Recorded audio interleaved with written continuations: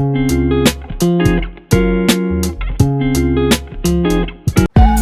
guys! Welcome to my vlog. So yun nga, aalis po kami at pupunta sa Villa Venaflor. So ito nga po pala ang aming handa. Konti lang po dahil biglaan lang po ito at hindi ito pinagplanuhan. Naman guys, kapag pinapagplanuhan ng isang bagay ay hindi natutuloy. So ayun guys, naghihintay na lang po kami sa service namin sa magsusundo sa amin at maghahatid sa lugar ng Villa Venaflor. Tingnan nyo.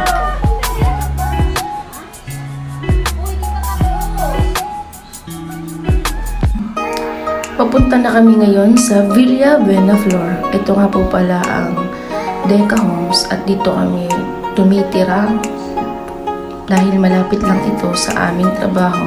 So ayun guys, let's go! Samahan nyo kami pumunta sa Villa Venaflor. Palabas na po kami ng subdivision. Yun na po. Let's go guys! Guys, may kukwento ko sa inyo kung paano ko sila nakilala. Kasi noong 2022, ako'y pumunta dito sa Cavite at wala akong kamag-anak dito. Kung kaya't nakipagsapalaran ako dito sa pagkatrabaho. Ayun guys, yung dalawa doon ay pinsan ko. At yung isa naman ay kakilala lang namin dahil nung lumipat kami dito sa Postema, ayun, nakasama namin sila sa apartment. Ngayon lang kami nagkaroon ng pagkakataon na magkatayo sa isa't isa dahil nga sa loob ng isang taon ay sobrang busy namin at hindi nagkakaparehas ang schedule namin.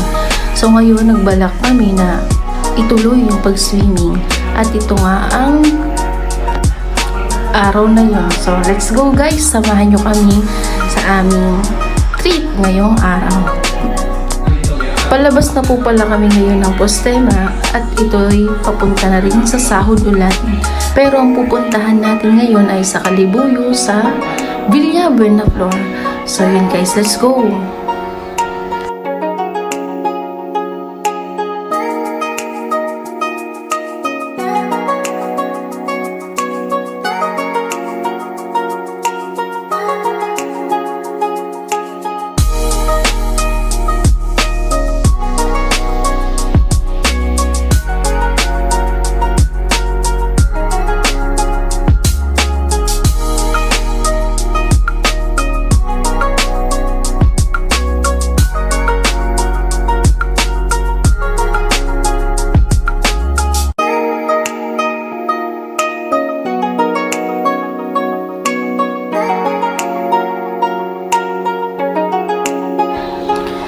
Guys, pasensya na po pala sa aking boses dahil sa kinakabahan pa ko konti dahil hindi pa po ako sanay talaga sa pag-voice over, pero gagawin ko ang lahat para lang makontento or masiyahan kayo sa aking mini vlog. Thank you nga po pala sa mga kaibigan ko na sumuporta sa akin nung first vlog ko at mga nag-subscribe sa akin. Sana po patuloy niyo po akong suportahan sa aking journey dito sa YouTube. Maraming salamat po sa inyo. So ayun guys, samahan niyo po kami mag-swimming.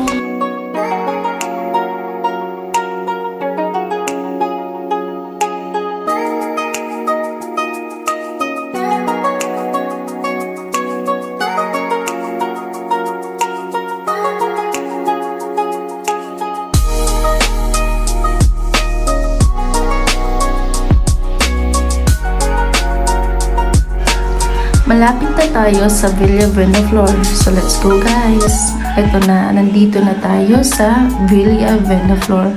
So yun guys, yung mga kasama ko ay nagbabayad na. So tara na.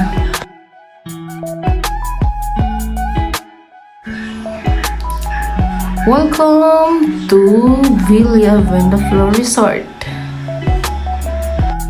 Samahan nyo akong tingnan ang pool area. Ito po ang pool area.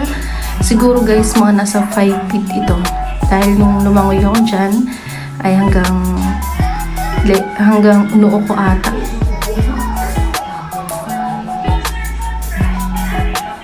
Dito kami pumesto guys. Hi! Kasama po namin si Bibilis namin. Dito kami sa Villa Venaflor. Yay! Excited ka na, Les?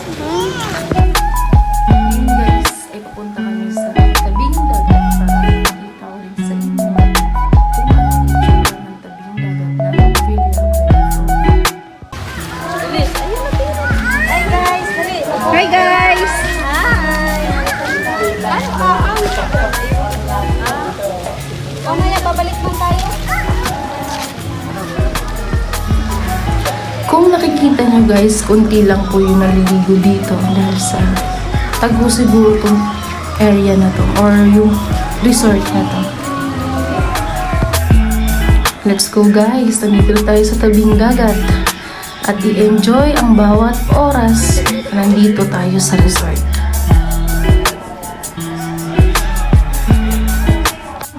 Minsan guys, deserve natin na mag-relax at i-enjoy. Mas lalo stress sa trabaho.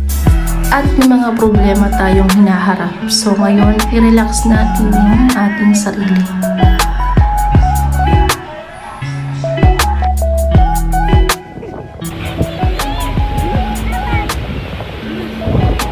Come on! Let's go! On the beach!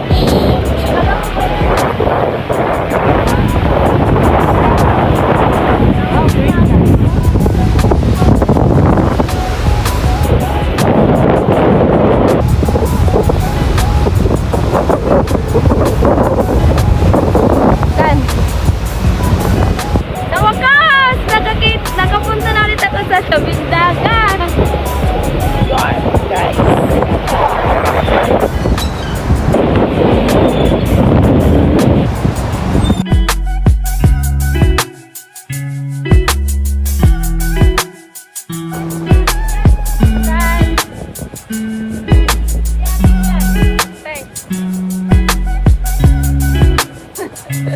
Ngayon lang ulit nakapunta sa dagat. So ayun, enjoy natin tong araw na to.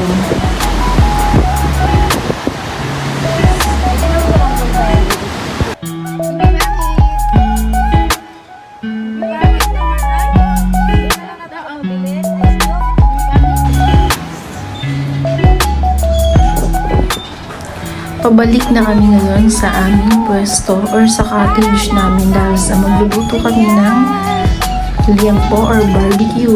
Samahan nyo kami guys. Sobrang hirap din po pala kapag walang lalaking kasama. Tingnan nyo yung mga kasama ko.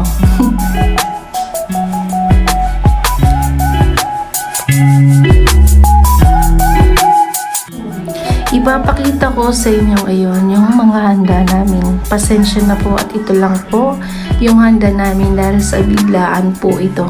Hindi po talaga to pinagplanuhan.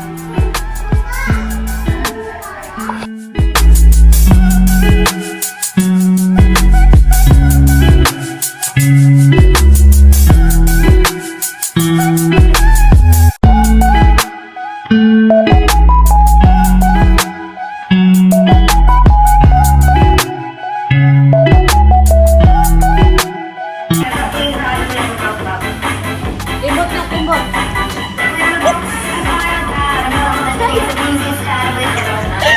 Dito ka banda!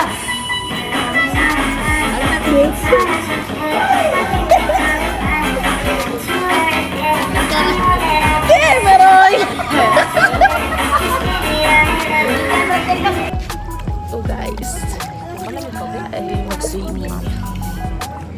Let's go.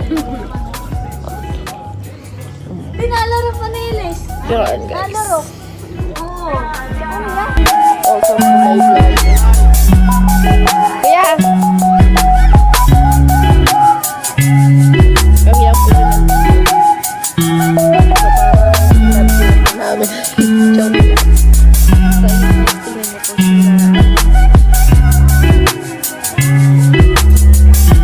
Say hi!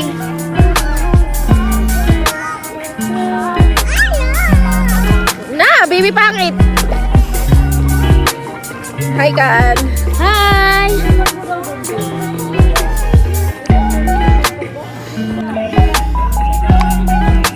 Relax lang tayo, guys.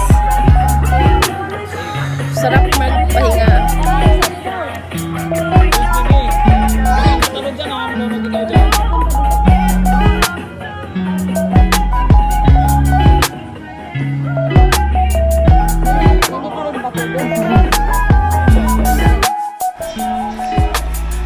So yun guys, naligo na agad kami at nagbanlaw na dahil sa malamig na. Siguro mga 10 o'clock na ito. Pero ngayon guys ay pauwi na din kami. Hindi na namin nagawa na hanggang 4 AM dahil sa sobrang antok na din talaga. So ayun guys, samahan niyo na kami sa pag-uwi namin sa aming apartment. Ang oras na ito guys ay 12 AM na. 12 midnight na po talaga. So ayun, sinundo po kami para makauwi na kami at makapagpahinga.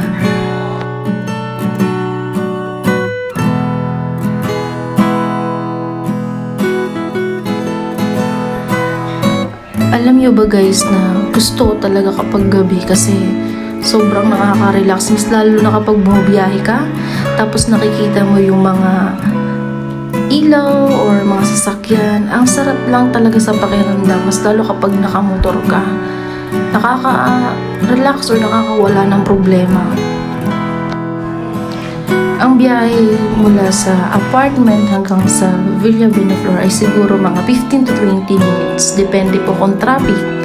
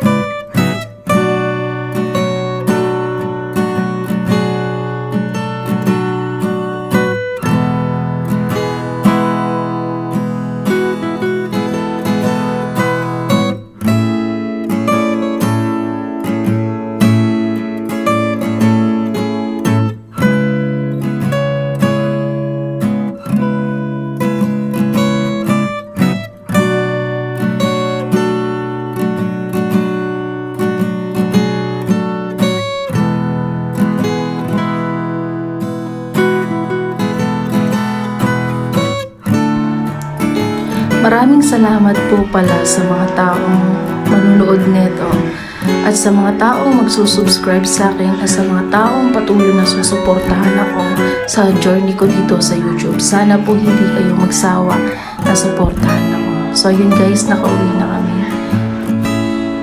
So ayun guys, hanggang dito na lang. Magpapahinga na po kami. Maraming salamat. Bye bye!